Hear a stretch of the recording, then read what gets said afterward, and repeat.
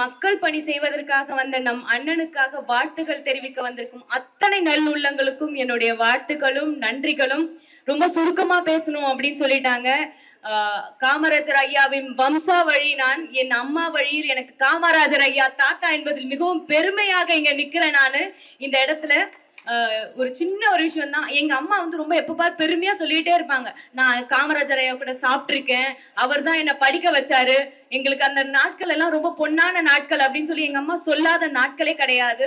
நான் ஒரு சாதாரண ஒரு இரும்பு கடை வைத்திருக்கக்கூடிய ஒரு மிக எளிமையான குடும்பத்தில் வந்தவள் தான் நான். இன்னைக்கு 3 டிகிரி முடிச்சிருக்கிறேன், டாக்டரேட் பண்ணிருக்கிறேன். ஐஏஎம் பெங்களூர்ல போய் நான் ஒரு ஆண்டர்பிரினர்ஷிப் மேனேஜ்மெண்ட் கோர்ஸ் படிச்சிருக்கேன். அப்படின்னா எங்கள் ஐயாவின் உழைப்பு, அவருடைய ஒவ்வொரு பேருக்கும் பின்னால் நாம் எழுதக்கூடிய அந்த பட்டத்திற்காக அவர் பாடுபட்டது, அதற்கான முழு எக்ஸாம்பிளாக நான் இங்க நிக்கிறேன். இதற்கெல்லாம் காரணம் நம் மக்கள் முதல்வர், மாற்றத்திற்கான நாயகன், மக்களின் ஜனநாயகன், நம் தமிழ்நாட்டின் இளைஞர்களின் எழுச்சி நாயகன், நம் மதிப்பிற்குரிய மாண்புமிகு நம் முதல்வர் அவர்களுக்கும், நம் முதல்வருடைய போர்வால் எப்பொழுதுமே சிரித்துக் கொண்டிருக்கும் நம் அன்பு தளபதி எங்கள் அண்ணன் ஆனந்த் அவர்களை இந்த காமராஜர் ஐயாவின் பிறந்த நாளுக்கு இத்தனை சமூக பணி செய்வதற்காக எங்கள் இனத்திற்கு சார்பாக உங்களை சிரம் தாழ்த்தி வரவேற்கின்றேன். உங்களுடைய அந்த சிரித்த முகம் எப்பொழுதுமே தெரியும் மக்களுக்காக.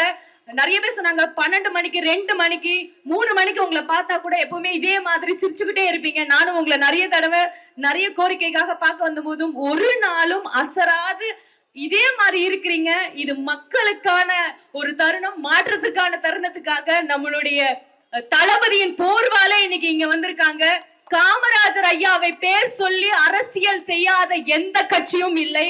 ஆனால் நம் மக்களின் முதல்வர் தங்களுடைய கொள்கை தலைவராக எடுத்து இந்த 6ஆம் வகுப்பிலிருந்து 8ஆம் வகுப்பு உள்ள மாணவர்களுக்கான இந்த காலை உணவு திட்டத்தை பெருந்தலைவர் காமராஜர் மதிய உணவு திட்டம் என்று மாற்றிய நம் மக்கள் தளபதிக்கு அந்த வம்சாவழியில் சேர்ந்த நான், என் குடும்பமும் சிரம் தாழ்த்தி நன்றி தெரிவித்துக் கொள்கிறோம். உங்கள் சார்பில் இந்த நன்றி தெரிவித்துக் கொள்கின்றோம்.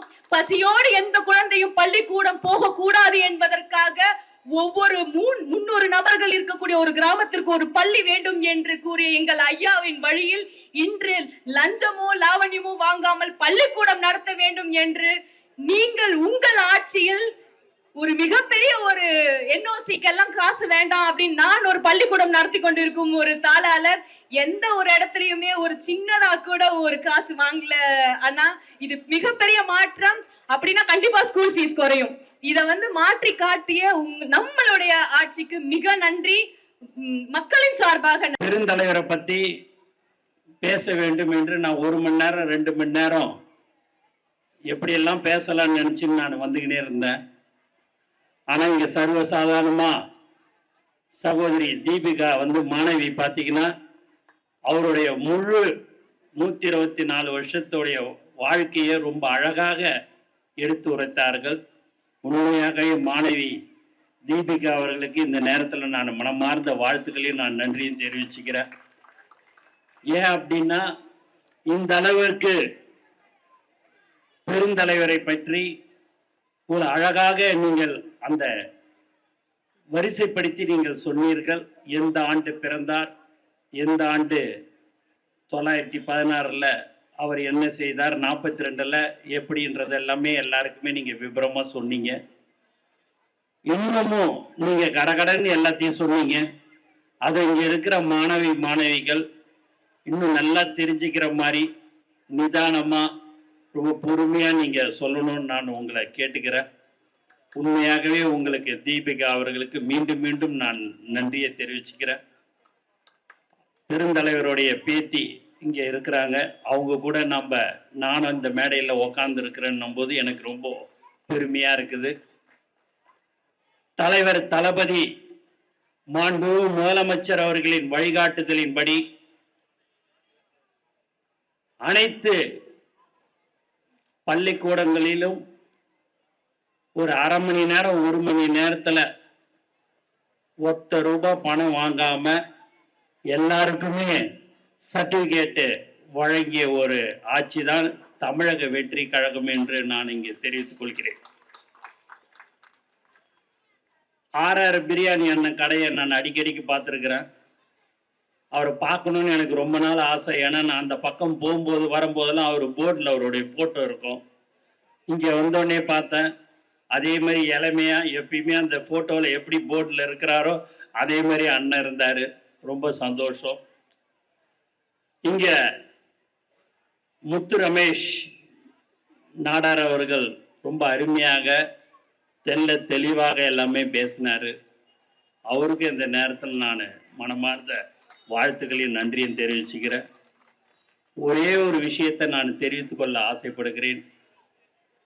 அண்ணாச்சி என்று நீங்கள் எல்லோரும் மளிகை கடையாக இருந்தாலும் சரி, ஒரு ஹோட்டலாக இருந்தாலும் சரி, ஒரு துணி கடையாக இருந்தாலும் சரி, மரியாதையோடு அழைத்து அண்ணாச்சி வாங்க உக்காருங்க, நீங்கள் துணி எடுத்தா எடுங்க, எடுக்காட்டினாலும் போங்க, நிறையா டிசைனை பாருங்கன்னு சொல்லி ஒரு அன்பான ஒரு கூட்டம், ஒரு அன்பான தொழிலதிபர்கள் தான் இங்கே எல்லாருமே மேடையில் இருக்கிறாங்க. அவங்களுக்கு இந்த நேரத்தில் நான் மீண்டும் நான் நன்றி தெரிவிச்சுக்கிறேன். ஏன்னா பணிவு தான் ரொம்ப முக்கியம். அது எங்களுடைய தலைவர் தளபதி எப்படி இருப்பார் என்பது உங்களுக்கு தெரியும். ஒரு சாதாரண ஆளாக இருந்தாலும் சரி, அவர்களை சரிசமமாக உட்கார்ந்து மாண்பு தமிழக முதலமைச்சர் அவர்கள் பேசக்கூடிய ஒரு தலைவர் தான் எங்கள் தலைவர் தளபதி.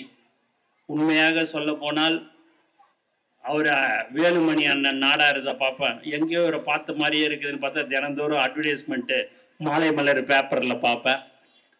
பார்த்தீங்கன்னா ஏமாந்துடாதீங்க நான் மட்டும்தான். நான் சின்ன வயசுலேருந்தே சென்னைக்கு வரும்போதெல்லாம் அவர் தான் இந்த புத்தூர் கட்டு இதெல்லாம் போடுவாங்கன்றது சொல்லுவாங்க. நான் இன்றைக்கும் அந்த இடத்த பார்த்துன்னு இருப்பேன். ஏன் சொல்கிறேன் அப்படின்னா, எல்லாருமே இங்கே இருக்கிற மேடையில் இருக்கிறவங்களும் சரி, கீழே இங்கே எல்லோரும் உக்காந்து இருக்கிறவங்களும் சரி, ஒரு தொழிலை செய்கிறத மரியாதையாக உண்மையாக செய்யக்கூடியவர்கள் தான் இங்கே இருக்கிறீர்கள் என்பதை நான் சந்தோஷத்துடன் தெரிவித்துக் கொள்கிறேன். மேலும் உங்களுக்கு எக்காரணத்தை கொண்டும் நாங்கள் எந்த விதத்திலும் தொந்தரவாக எங்களுடைய நிர்வாகிகளோ கட்சி தொண்டர்களோ இருக்க மாட்டார்கள். உங்களுக்கு பாதுகாப்பாக இருக்கும் ஒரே ஆட்சி தலைவர் தளபதியுடைய ஆட்சி தான் என்பதை தெரிவித்துக் கொள்கிறோம். அவர் என்னை சொன்னார், டி நகர்ல நான் ஓட்டு கேட்டது 4 நாள் தலைவர் தளபதி கோசம் தான் எனக்கு ஓட்டு போட்டாங்க.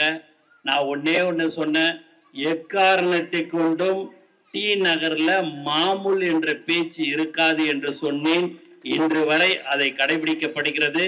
இன்று வரை அல்ல, கடைசி காலம் வரைக்கும் மாமூல் என்ற பேச்சு கண்டிப்பாக இருக்காது. அப்படி இருப்பது யாராவது கேட்டார்கள் என்று சொன்னால் அவர்கள் மீது கடுமையாக நடவடிக்கை எடுக்கப்படும் என்பதையும் தெரிவித்துக் கொள்கிறேன். ஆகவே உங்கள் தொழில், உங்களுடைய உழைப்பு, அதுல ஒரு ரூபாய் நாங்க எங்களுக்கு அதை கொடுக்குறீங்களா, டொனேஷன் கொடுக்குறீங்களா, ஒரு 100 பேருக்கு புடவை கொடுக்குறீங்களான்ற வேலையெல்லாம் எங்க கிட்ட இருக்காது. நாங்கள் உங்களுக்கு என்ன தேவைகளோ அதை செய்யக்கூடிய இடத்துல நாங்க இருக்கிறோம். எங்களுடைய முதல்வர், தமிழக முதல்வர் தளபதி அவர்கள் எங்களை அப்படிதான் வழி நடத்தி கொண்டிருக்கிறார். யாரு தவறு செய்தாலும் அடுத்த வினாடியே அதற்குண்டான நடவடிக்கை எடுக்கக்கூடிய ஒரு தலைவராகத்தான் எங்கள் தலைவர் தளபதி இருக்கிறார். ஆகவே நாங்கள் ஒரு காலமும் தவறு செய்ய மாட்டோம். உங்களுடைய வியாபாரத்துக்கு நாங்கள் உறுதுணையாக பாதுகாப்பாக இருப்போம் என்பதை மீண்டும் நான் ஒரு முறை உங்களுக்கு நான் தெரிவித்துக் கொள்கிறேன். ஆகவே நீங்கள் எல்லோரும் மாணவ மாணவிகள்லாம் இங்கே வந்திருக்கிறீங்க. நல்லா படித்து நீங்கள் நல்ல இடத்துக்கு வரணும். அதற்கோசம்தான் ஊக்கத்தொகை உங்களை கௌரவித்து இதையெல்லாம் செய்து கொண்டிருக்கிறார்கள். நம்மளுடைய பெருந்தலைவர் அவர்கள் ஆட்சி எந்த அளவிற்கு மிக சிறப்பாக செய்து கொண்டிருந்தாரோ அதே போல் நம்மளுடைய தமிழக முதல்வர் தலைவர் தளபதி ஆட்சியும் அப்படித்தான் இருக்கும் என்பதை இந்த நேரத்தில் நான் திட்டவட்டமாக தெரிவித்துக் கொள்கிறேன். எப்போதும் நாம் பெருந்தலைவர் காமராஜர் வழியில் நாம் நடப்போம். அது மட்டுமில்லாமல் தலைவர் தளபதி அவர்கள் காலை உணவு திட்டத்திற்கு பெருந்தலைவர் பெயரை வைத்திருக்கிறார். அதே போல அண்ணன் முத்து ரமேஷ் அவர்கள் தலைவர் காமராஜர் அவர்களை பேரை வைக்க வேண்டும் என்று சொன்னார்கள். கடந்த ஆட்சியில் வைக்கல நீட்டுன்னு அது தலைவர் தளபதி அவருடைய கவனத்துக்கு எடுத்து செல்லப்பட்டு அது கண்டிப்பாக தலைவர் தளபதியிடம் அனுமதி பெற்று தலைவருடைய கவனத்துக்கு எடுத்து செல்லப்படும் என்பதை இந்த நேரத்தில் நான் தெரிவித்துக் கொண்டு எனக்கு வாய்ப்பு கொடுத்த அனைத்து நல்ல உள்ளங்களுக்கும் நன்றி கூறி விடைபெறுகிறேன். நன்றி, வணக்கம்.